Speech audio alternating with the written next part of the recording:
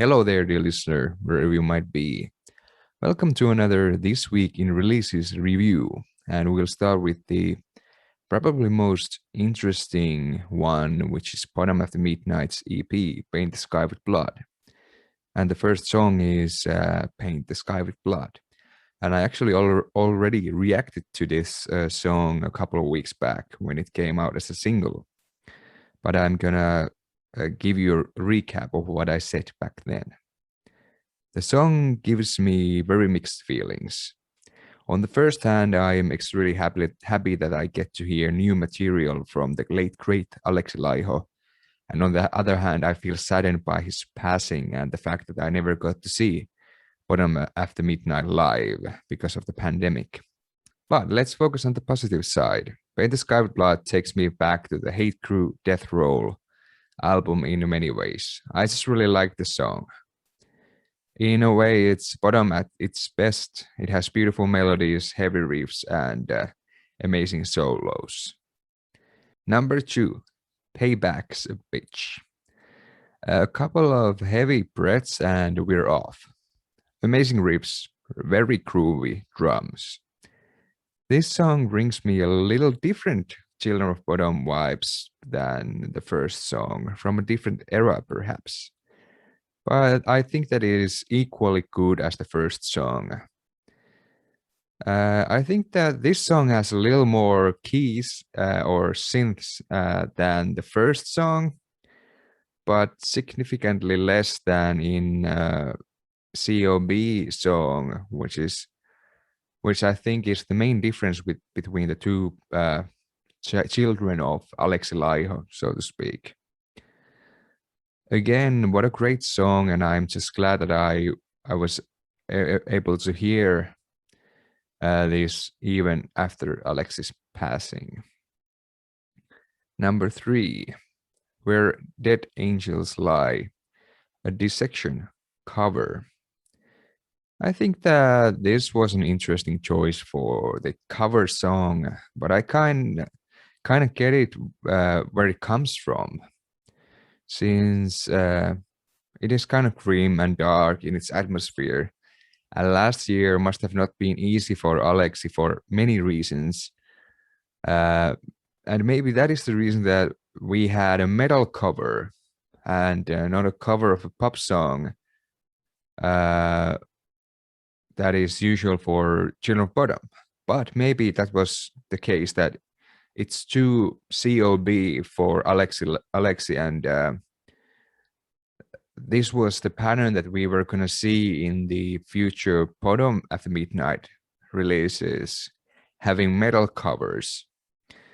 But I guess that we'll never know that. Nevertheless, I enjoy the cover, but not as much as the original songs. The orchestrals with the music excellently, though, so I really like that. All in all, I'm glad that we were able to hear this EP, and that people have been receiving it quite well. I'm also happy about that. Then, Nattkrönt, Nattkrönt. This single was suggested to me via my Instagram, so here we go. A beautiful gloomy start followed by extreme drumming and very enjoyable screaming vocals. The slower part right after is absolutely beautiful, especially the echoey guitars and the cleanish vocals. They brought me shivers, actually. I also really enjoy the more black metal parts of the song, with a bit deeper vocals and the blasting drums and the fast guitars, as well as the kind of black metal-y melodic guitars. I also have to mention that the groovier drums with the guitar melody work probably the best for me in the songs, with the slower part I mentioned before.